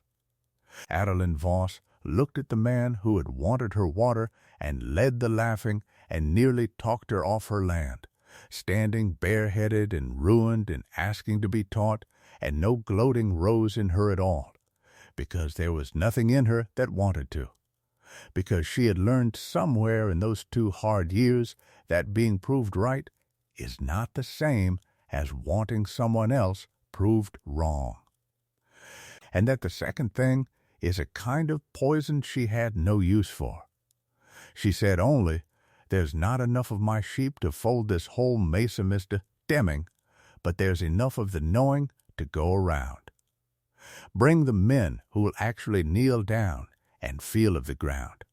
I don't have patience left for the ones who will only stand at the fence and nod. And Royce Deming said he would, and he took his ruined pride back down the Mesa Road, and the thing began, from that week, to turn. It turned slowly, has everything in this story turned slowly, because a mesa full of proud broken men does not change its whole mind in a season. But it turned. The dust year had done what 2 years of a widow's quiet work could not do. It had made the argument visible. Written it across 30 miles of scoured hardpan and one standing green field in letters no man could pretend not to read. And once a thing is visible, it cannot be unseen. The men who had laughed at the Cornerstone Cafe came, some of them, that first ruined summer, and knelt in Adeline's folded corner and felt the ground hold and went home changed and began, awkwardly, to build hurdles of their own and buy up cheap culls of their own and pen them at night on their own scoured fields as the sheep-pen woman had done, and to speak the words golden hoof to one another over their coffee with none of the old laughter in it. It did not save them all. Some had sold already, and some sold that year. And Royce Deming, among others, carried debts from the dust year to the end of his life. But it saved enough. It saved the Mesa as a place where people could go on living, and it saved it by the method a whole county had spent 2 years laughing at, and there was not a soul left up there, by the end of that ruined summer, who called Adeline Voss the sheep-pen woman any more. They called her Mrs. Voss, and they took off their hats when they said it. Cordelia Deming came too, the plain, broad woman who had refused to laugh from the start, who had stopped her husband at his own supper table with the level saying of his name. She came not to be taught, but to help, and she and Adeline became, over that summer and the years after, the nearest thing to a friend that either hard woman had, and it was Cordelia who first said, out loud, at a church supper that autumn, the thing that would follow Adeline the rest of her days, that the widow Voss had saved the whole Mesa with 90 worthless sheep and a dead grandmother's book, and had never once, not one single time, said I told you so. It was true. She never did. She let the ground go on saying it for her, every green folded year after, which was the only voice she had ever trusted to say it right. The wheat on the first folded corner came ripe that summer, the summer of the dust year, and Adeline Voss cut it by hand with a cradle scythe, as her grandmother's book showed, and threshed it on the packed folded ground that had made it. And by the measure of a wet country in a good year, it was no great crop at all. It was a small crop, a narrow land of hard red wheat off one folded corner of one ruined quarter section. But it was, that year, on that mesa, in the drought and the dust, nearly the only wheat there was, and it was hers, grown on ground 3 men had called worthless and a whole town had laughed at. And she took a portion of it down to the Redstone Bank in sacks in the mule cart and sold it and paid off, at long last, the seed note her dead husband had signed, in full, counting the bills across the counter one by one to the same clerk who had twice refused her time so coldly, with Royce Deming, who was still a director of that bank, standing well back by the wall and saying nothing, having nothing left to say. She kept back enough seed to plant every folded acre the following year, and she kept back enough to eat. And she took the little that was left, and she bought that autumn 30 more cull sheep at the Redstone sale, and this time no man in the yard laughed when the widow Voss raised her hand, and 1 or 2 of them bid against her, not to run her up, but only, quietly, because they wanted culls of their own now, to fold on their own scoured ground. It had begun. Word of the standing green field traveled, as the dust had traveled, wider than the Mesa, out into the valley and down to the territorial capital, and in the second autumn after the dust year, it brought a man up the Mesa road that no one there had ever expected to see.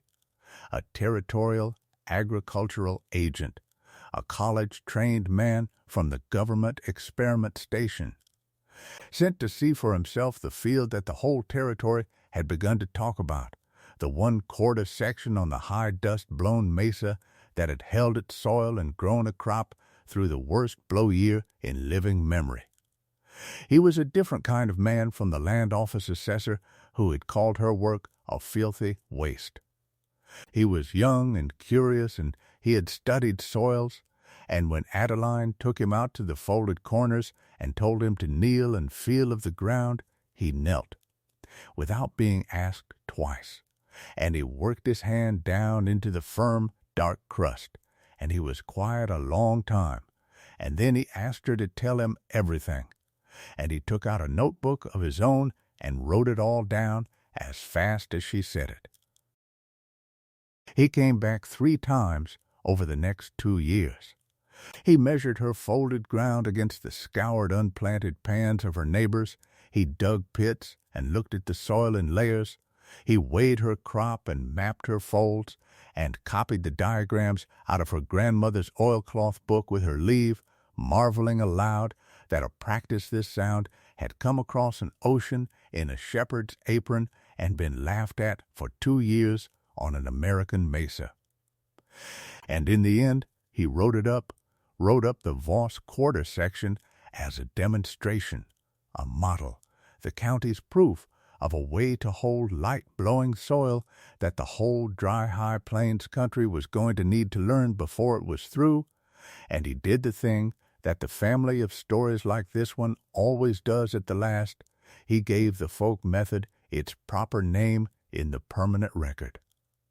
He wrote in his report to the territorial station that the practice the widow Voss had brought from the old country and proved on the Redstone Mesa was the ancient system of close night folding of sheep upon arable land for the improvement of light soils, known traditionally, he noted, by the name the Golden Hoof, and that it was, in his professional judgment, the single most effective defense against wind erosion that had yet been demonstrated anywhere in the territory. He named her in it. He named her grandmother in it, too, at Adeline's insistence, by the old country name written in the front of the book, so that a shepherd woman, dead a quarter century on a rainy far hillside a world away, had her name set down, at last, in the agricultural record of the New Mexico Territory as the origin of the thing that saved the Redstone Mesa. Adeline cared more about that than about anything else the report contained. She said so to no one but Cordelia Deming and the boy. But it was the truest triumph of her whole life, and it was not her own name that gave it to her. They held a field day at the Voss place, the agent and the county, the autumn the report came out. They put a notice up in town for it.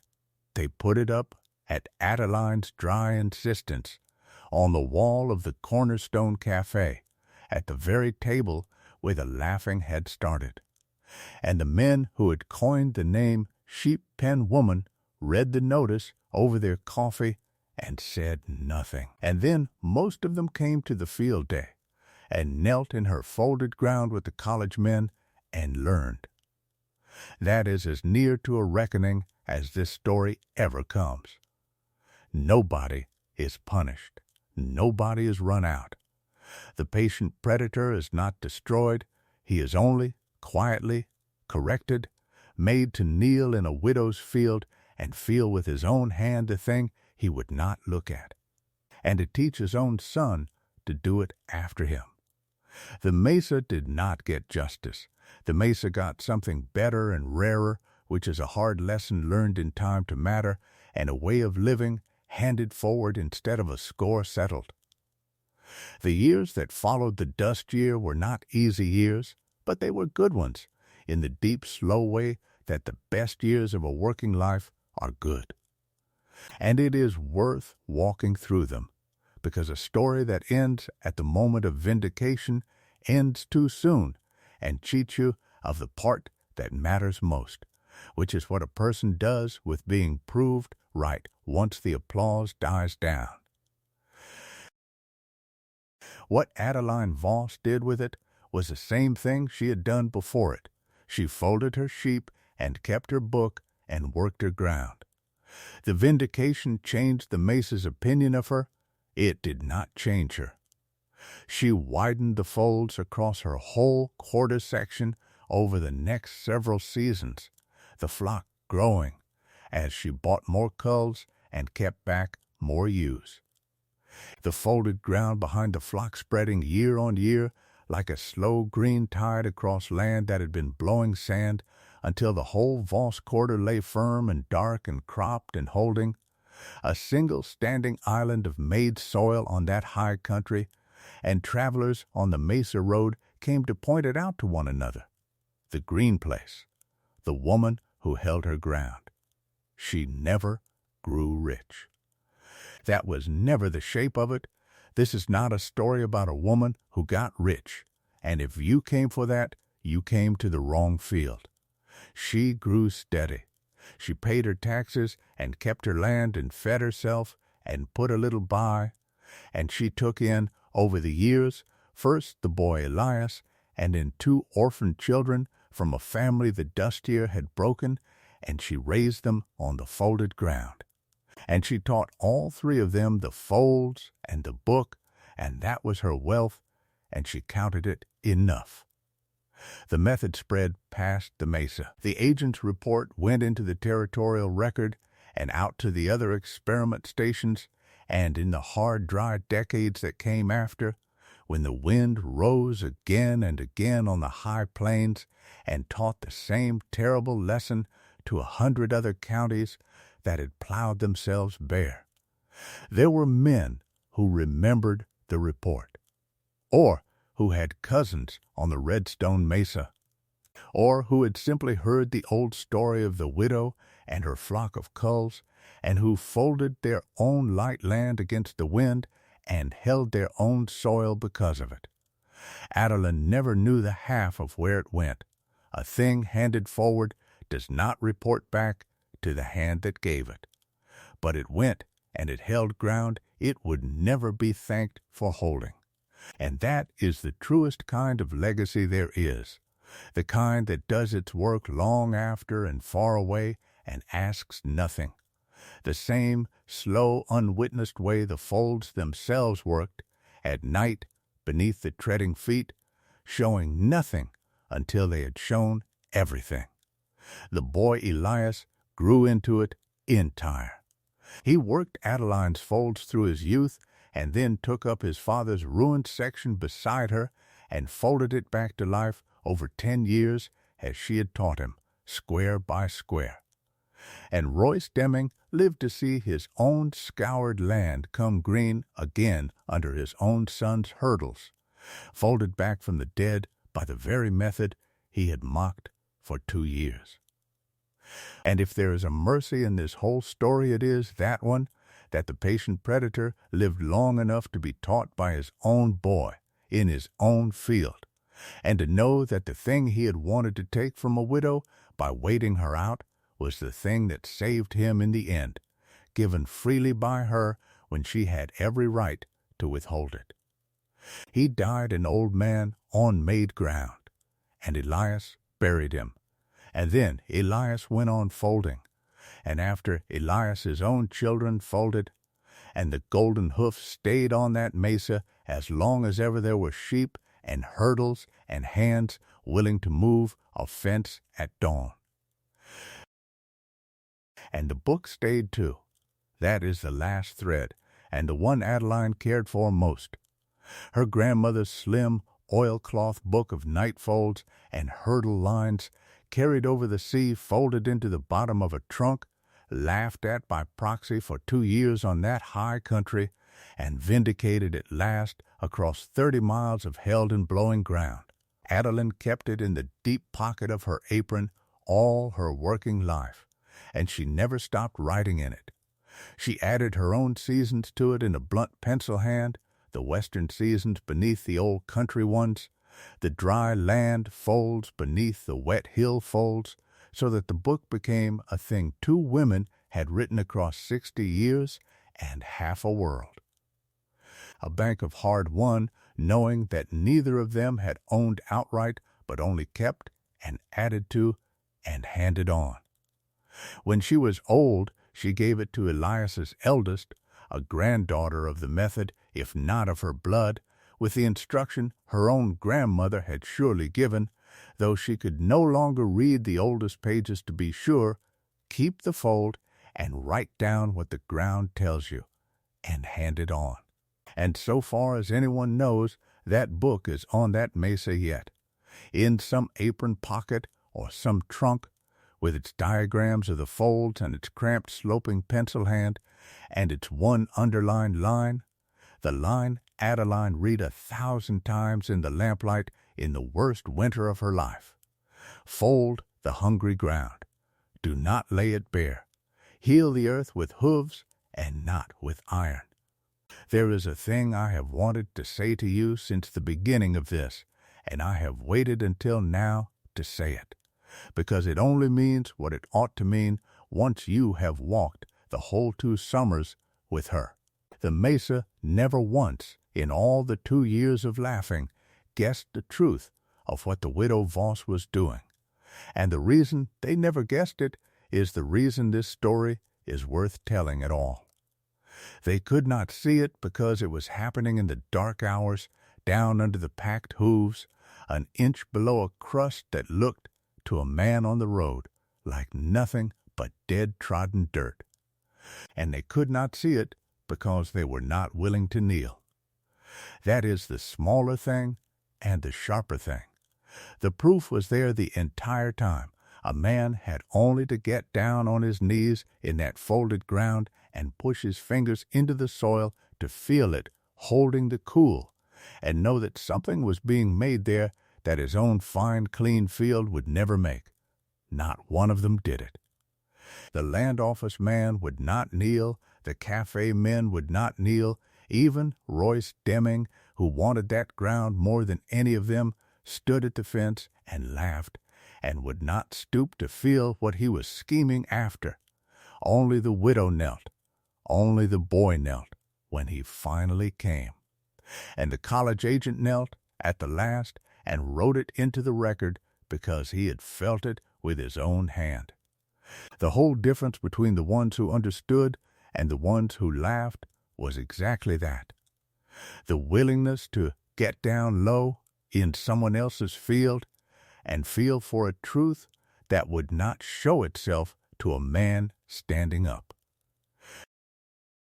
I think there is a great deal in that, and I think you know it already, or you would not have stayed with a widow and 90 cull sheep this long. Most of the truest work in this world is done in the dark, under the surface, slow, showing nothing for a long, long time, by people the rooms and the cafes and the land office men have already decided are fools. And most of it is never seen at all, because seeing it would cost the watcher his certainty, and certainty is the one thing a laughing man will not put down. Adeline Voss did not save the Redstone Mesa because she was cleverer than the men who laughed at her, or stronger, or luckier. She saved it because she was willing to be thought a fool for 2 years while she did a right thing slowly and unseen. And because she trusted a dead woman's pencil over a whole town's certainty, and because when the one great chance came to quit, with 2 ewes dead, and a report against her, and a kind rich man offering her a soft way out, she wrote 3 words in a book and moved a fence one more morning instead. That is not a talent. Anyone reading this has it in them. That is only patience, and faith in a thing you cannot yet prove, and the willingness to keep kneeling in your own field when the whole world has decided to stand up and laugh. The Mesa had all the same sheep for sale that she did. The Mesa had the same wind coming. What it did not have was one person willing to be the sheep pen woman for 2 long seasons, in the dark, on faith. And that one willingness is the whole hinge the story turns on. Now, if you have made it this far into the story of the widow Voss and her flock of cull sheep and a dust year that proved her right, if you have walked all 2 summers and both hard winters and a dark night and the morning the wind came down, then you were exactly the kind of person the story was set down for. And I would like to ask you a small thing, as I asked at the beginning. Tell me in the comments below whether you have ever in your own life been the sheep pen woman about something, whether you have ever carried a thing you were sure of, quietly, alone, while the room laughed, and had to wait a long, slow while for the ground to answer. I think most of you have. I think that is why you came. And if this widow and her folds and her dead grandmother's book meant anything to you, leave a like on it, so that it can find its way to the next tired soul who is being laughed at right now for kneeling in a field nobody else will look at, and who needs to hear that the ground does answer in the end if you keep the fold faithful. Let me leave you as she herself was left at the last. She grew old on that made ground, the widow Voss, the sheep pen woman that the whole mesa learned to call Mrs. Voss, and then, in time, just the old woman who saved the mesa. She grew old, lean and brown and straight-backed, with the flaxen braid gone white and still coming half undone by noon, and to the end of her days she walked her folded ground at first light with her flat palm ready to press to the earth, feeling it hold, as another woman might have laid a hand on the head of a grown child she had raised up out of nothing. She was never bitter, and she never gloated, not once, not in 50 years, and when children asked her, for children did ask her, in the later years, when the story had become the kind of thing a mesa tells its young, when they asked her how it had felt to be proved, right after 2 years of the whole town laughing, she never gave them the answer they expected. She did not speak of the blow year or the standing wheat or the men who came to her fence with their hats in their hands. She spoke of the ground. She would take a child by the hand and walk it out onto the oldest folded corner, the first one, the patch she had folded in the hard early days of that first widowed spring. And she would have the child kneel and dig its fingers into the firm, dark cool of it, and she would tell it, quiet and plain, feel that. That is your answer. It was down there the whole while, all through the laughing, being made in the dark, and it never once stopped answering just because nobody would kneel to hear it.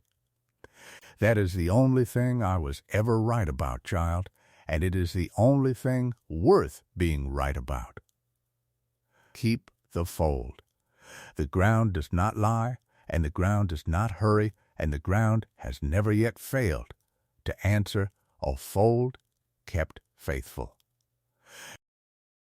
So there she is, a lean, flaxen-haired widow who came to a blowing mesa with almost nothing and was laughed at for 2 summers and proved right by the wind itself, who never gloated and never grew rich and never asked for anything but to be allowed to keep kneeling in her own field, and who saved a whole high country with 90 worthless sheep and a dead grandmother's book and the plain stubborn willingness to do a right thing slowly, in the dark, on faith, for as long as it took the ground to answer.